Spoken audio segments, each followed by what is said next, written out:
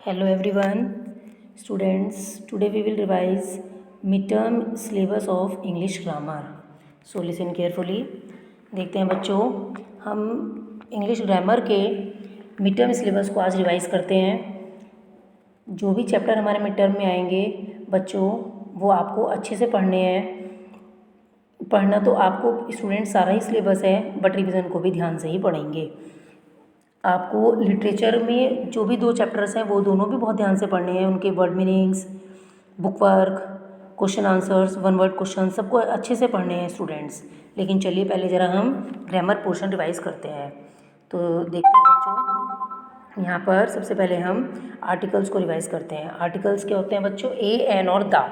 ये मैंने आपको जब चैप्टर समझाया था तो उसमें बताया था कि ए, एन और द किन किन कंडीशंस में कहाँ कहाँ लगाए जाते हैं।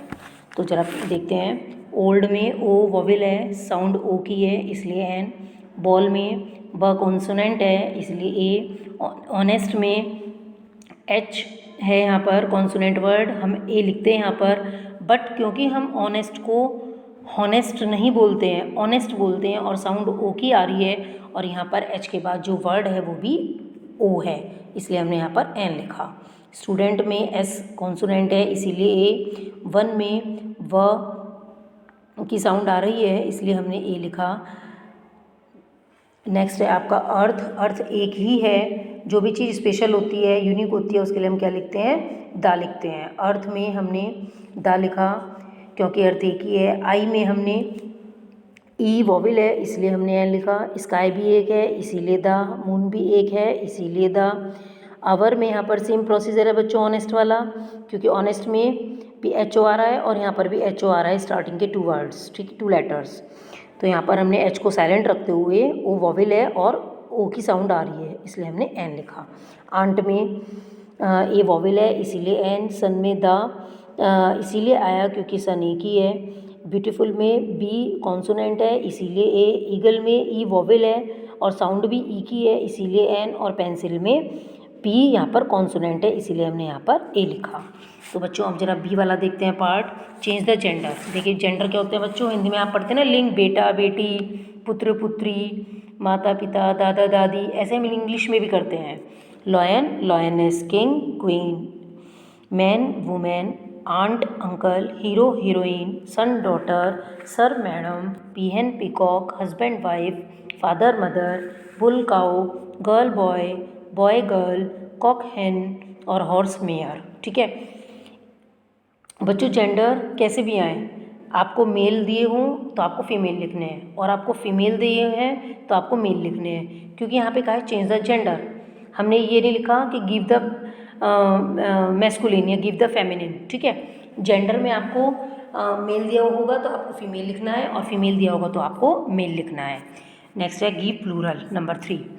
प्लूरल फॉर्म में बच्चों देखिए हम S E S, V E S, I E S वगैरह लगाकर प्लूरल में बनाते हैं। कुछ वर्ड्स ऐसे होते हैं जिनको हम एज इट इज़ रखते हैं, कुछ ऐसे होते हैं जिनमें हम प्लूरल फॉर्म में लिखते हैं एस लगाकर, बट चाहे वो सिंगुलर में हो या प्लूरल में हो। देखिए जैसे डियर को हमने एज इट इज़ लिखा डियर, क्योंकि हमारे पास रूल है डियर, शीप, फिश, हम इनको ऐसे लिखते हैं, है ना, चाहे वो सिंगुलर फॉर्म में हो या प्लूरल फॉर्म में हो।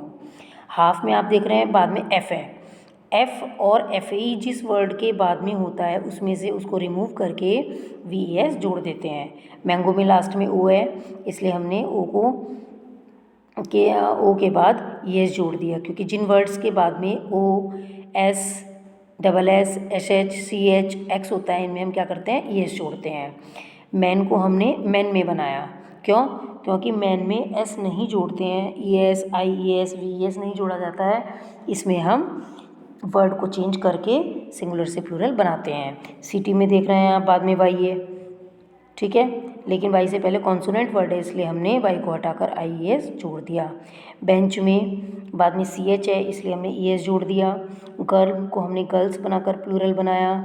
ऑक्स को हमने ऑक्सन बनाया। हम बच्चों देखिए यहाँ पे आप ये क्वेश्चन पुट अप कर सकते हैं कि मैम लास्ट में एक्स है और एक्स के बाद में आपने बताया था कि हम जिन वर्ड के लास्ट में एक्स होता है तो उसमें हम ई एक्स जोड़ते हैं, बट कुछ रूल है बच्चों हमारे पास और कुछ वर्ड्स हैं जिनको हमें फॉलो करके चलना होता है। तो ऑक्स का प्लूरल हम ऑक्सिस नहीं ऑक्सन बनाते हैं, स्कूल को हमने स्कूल्स में बनाया, टॉय को हमने टॉयज़ में बनाया, क्योंकि बाद में वाई तो है लेकिन वाई से पहले वॉवेल है, और जिन वर्ड में वाई से पहले वॉवेल होता है उनमें हम एस जोड़ देते हैं। चाइल्ड को हमने चिल्ड्रन में बनाया, रूम को रूम्स, टूथ को टीथ, फॉक्स को फॉक्सेस और ट्री को ट्रीज़ में बनाकर हमने प्लूरल फॉर्म में चेंज कर दिया। नेक्स्ट है हमारा fill in the blanks with the correct form of nouns. अब यहाँ पे दो ऑप्शन दिए गए हैं, सेंटेंस को पढ़ के हमें पता करना है कि उसमें क्या आएगा।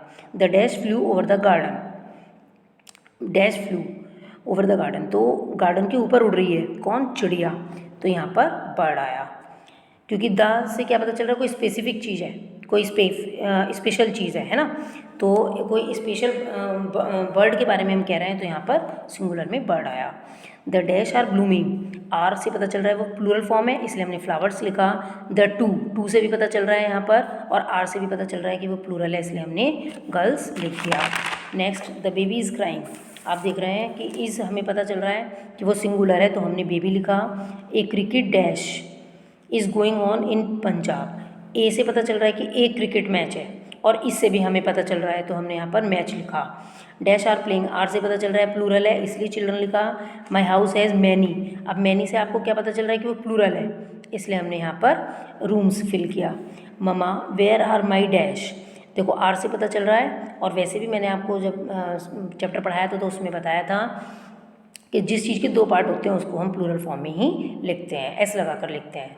तो यहाँ पर जीन्स जैसे सीजर्स, पैंट्स, ट्राउज़र्स, स्टोंग्स है ना, तो यहाँ पे हमने जीन्स फिल किया।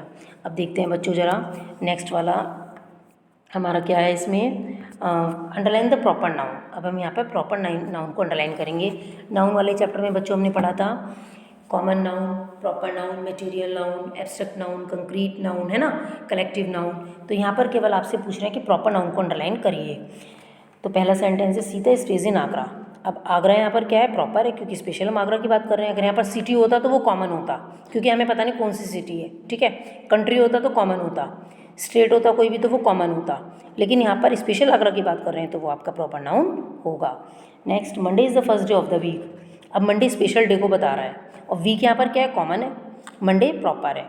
My favourite fruit is orange, जो मेरा फेवरेट फल है वो ऑरेंज है। अब फल तो पता नहीं कौन सा है, ये फ्रूट तो यहाँ पे कॉमन हो गया, लेकिन स्पेशल हम ऑरेंज की बात कर रहे हैं तो इसलिए ऑरेंज यहाँ पर प्रॉपर नाउन होगा। Ram is my friend, Ram मेरा मित्र है, हम राम के बारे में बता रहे हैं तो प्रॉपर हो गया। माई बर्थडे इज़ इन जुलाई, जुलाई के मंथ को प्रॉपर मंथ में रख रहे हैं, कोई भी मंथ का नेम हो, जनवरी, फरवरी, अप्रैल, सितंबर, तो वो आपका प्रॉपर में आएगा इसलिए हमने यहाँ पर जुलाई को अंडरलाइन किया। English is my favourite subject, English मेरा फेवरेट सब्जेक्ट है। अगर यहाँ पर कोई भी सब्जेक्ट होता तो हम यहाँ पर सब्जेक्ट को अंडरलाइन करते हैं, लेकिन स्पेशल हम इंग्लिश की बात कर रहे हैं तो इंग्लिश यहाँ पर प्रॉपर नाउन होगा। New Delhi is the capital of India. अब देख रहे हैं आपकी न्यू दिल्ली इंडिया की कैपिटल है, ठीक है। तो इंडिया भी यहाँ पर प्रॉपर है और न्यू दिल्ली भी यहाँ पर प्रॉपर है। जरूरी नहीं है बच्चों कि एक सेंटेंस में एक ही प्रॉपर नाउन होगा, दो भी हो सकते हैं, तीन भी हो सकते हैं और सिंगल भी हो सकता है, ठीक है। The red fort is in new Delhi, नई दिल्ली में रेड फोर्ट है, लाल किला है, तो नई दिल्ली खास न्यू दिल्ली की बात कर रहे हैं और ख़ास हम रेड फोर्ट की बात कर रहे हैं, लाल किले की बात कर रहे हैं, तो दोनों पे अंडरलाइन करेंगे। Holi is a festival of Hindus, Holi हिंदुओं का फेस्टिवल है, ठीक है, तो यहाँ पर भी हम होली को करेंगे। स्टूडेंट्स यहाँ पर हिंदूज़ को भी करेंगे, ठीक है। नेक्स्ट है the Ganga is a Holi river, Ganga जो है वो पवित्र नदी है। अब रिवर तो यहाँ पे कॉमन है, लेकिन गंगा क्या है यहाँ पर प्रॉपर नाउन को बता रहा है, इसलिए हमने यहाँ पर गंगा को अंडरलाइन करके सेंटेंस को पूरा कर दिया। तो बच्चों ये मैंने आपको ग्रामर की बुक वर्क बताई। आपको बच्चों सारी एक्सरसाइजेस पढ़नी है, आर्टिकल से लेकर और प्रोनाउंस तक के चैप्टर सभी पढ़ने हैं, लेकिन बच्चों आपको ज़रा ध्यान करना है कि कॉपी में भी आपका जो भी सिलेबस करवाया गया है चैप्टर 4, 5 उसमें book work, copy work, one word सब, true false, fill in the blanks सारा ही आपको तैयार करना है। ओके बच्चों, तो अब आपके एग्ज़ाम है बच्चों, अच्छे से प्रिपरेशन कर लेना। कोर्स बहुत कम है, आप इजीली कर सकते हैं प्रिपेयर, ठीक है बच्चों। Okay, thank you and have a nice day.